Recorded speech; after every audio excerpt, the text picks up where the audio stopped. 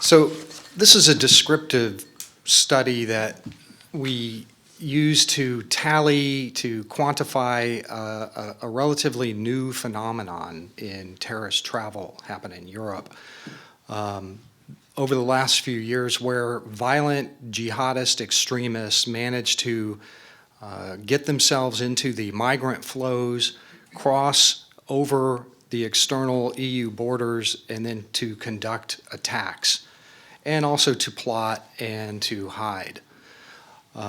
This is a kind of a new phenomenon that we hadn't heard about, and certainly nobody has really quantified what happened in Europe, and actually it's still happening now.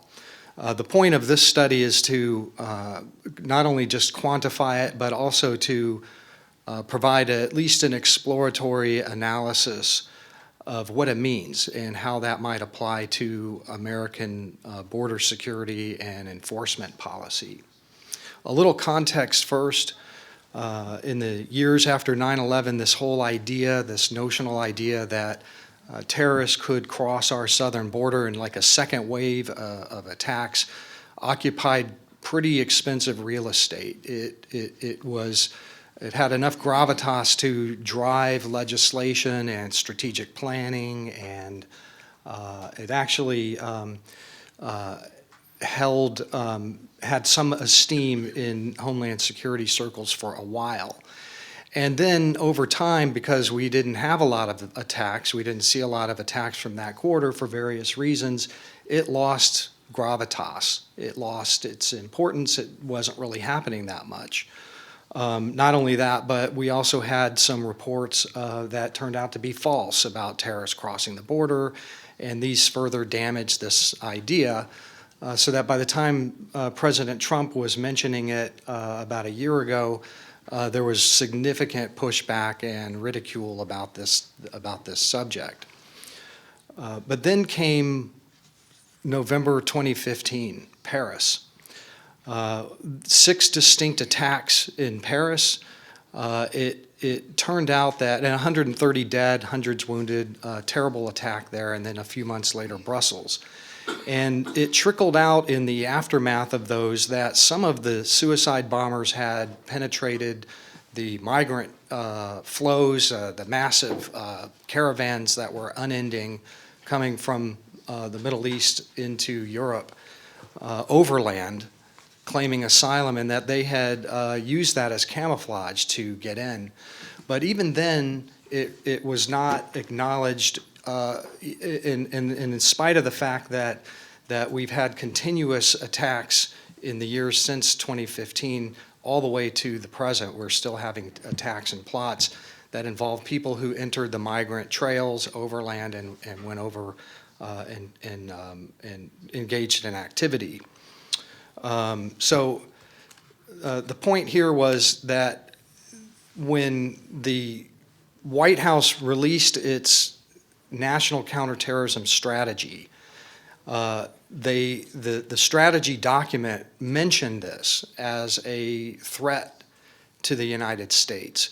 It didn't go into a whole lot of detail, but it was really the first time that a major national strategic document actually cited this.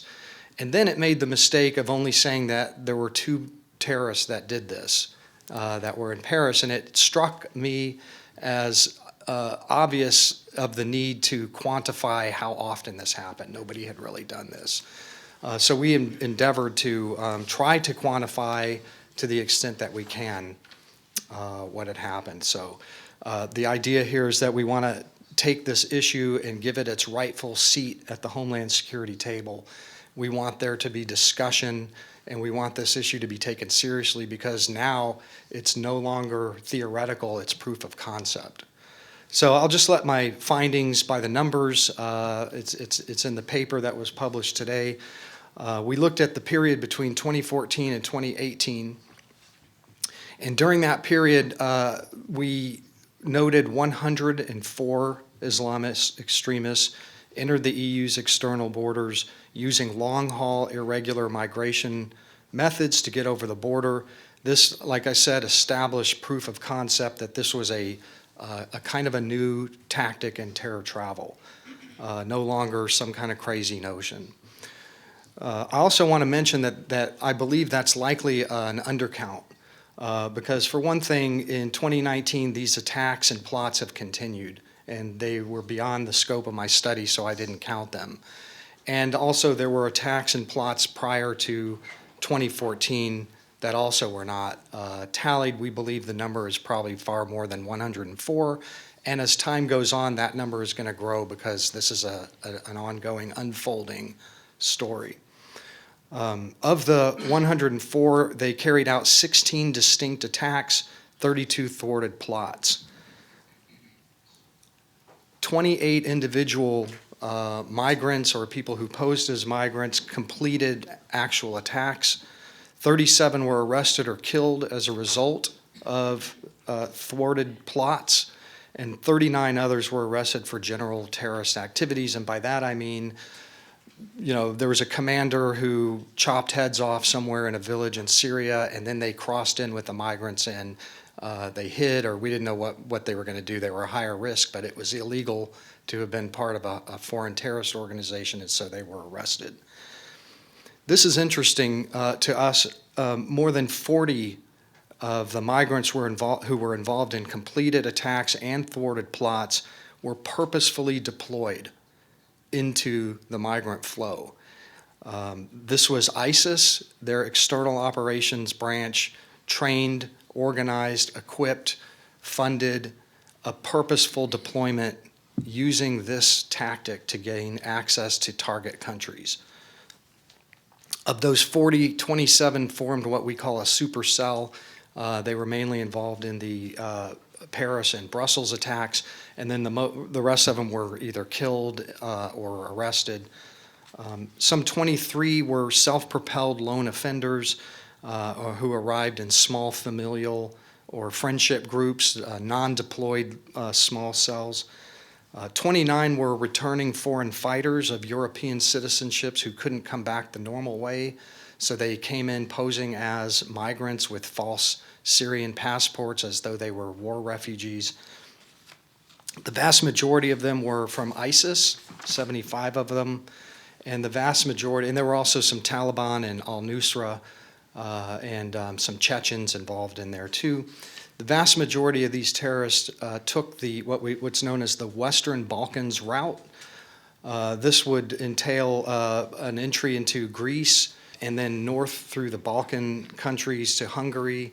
Remember, Hungary built a fence, and then from Hungary they would head west into crossing the European frontier and claim some form of international protection like asylum, but there were some other forms as well. Which brings me to an interesting point about asylum.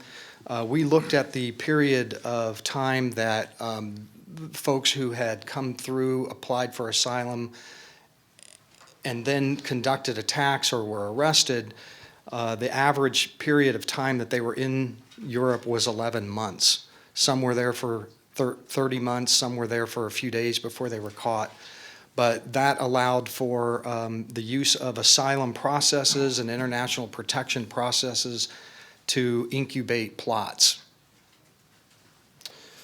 There's obvious differences. I'd like to get into a few of those between our border and the European situation. For one thing, there are far fewer numbers coming into the United States through its borders. We estimate between 3,000 and 4,000 annually. That's a tiny percentage compared to the number that were coming. The vast majority coming through our border are from the same countries as were coming through the European borders, but they were coming in by 2.5, 3 million. So you have very large haystacks and more needles in those haystacks and a higher probability of attack. The reason that we have smaller numbers coming here is because you have to have an intercontinental flight. That entails money, documents, and it's more expensive. So we're looking at maybe $4,000 for a Somali to get into, Europe, and 30,000 to get to the United States. So you're going to have smaller numbers, smaller volumes. That's a good thing. Also, the relative capabilities of European security services and ours significantly different. The Europeans were not prepared in any way for this. They had very limited counter-migration operations and capability there.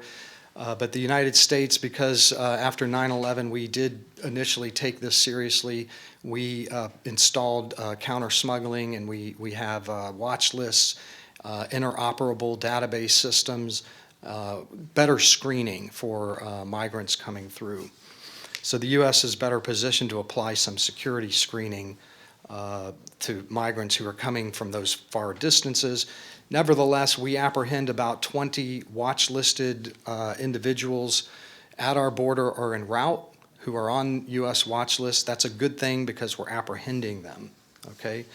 So the conclusion to draw from that is that the threat to the U.S. border is lower than it was for Europe, because very high migration from Muslim-majority countries to an unprepared Europe resulted in terror attacks, while low migration to a more prepared United States resulted in apprehensions and probable terrorist infiltrators at the border and preventions of attacks.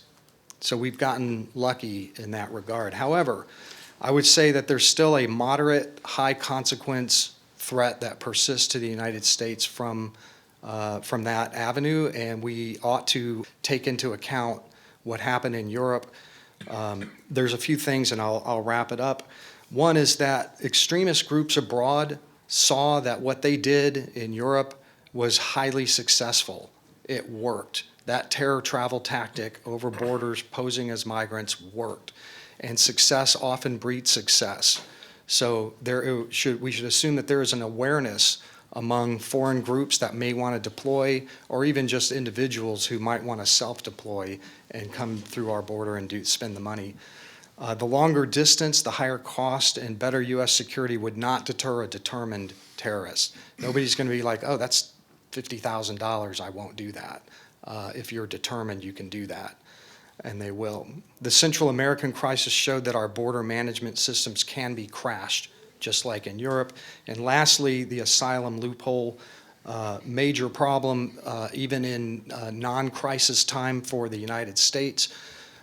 Europe's asylum system was completely crashed. Those terrorists took full advantage, exploited those wait times and loopholes. In a non-crisis situation, we have the same, if not longer, wait times and backlogs and loopholes in our asylum system. It's only going to help a determined jihadist come through. And with that, I know my time's out, and I'll pass the dais, I guess.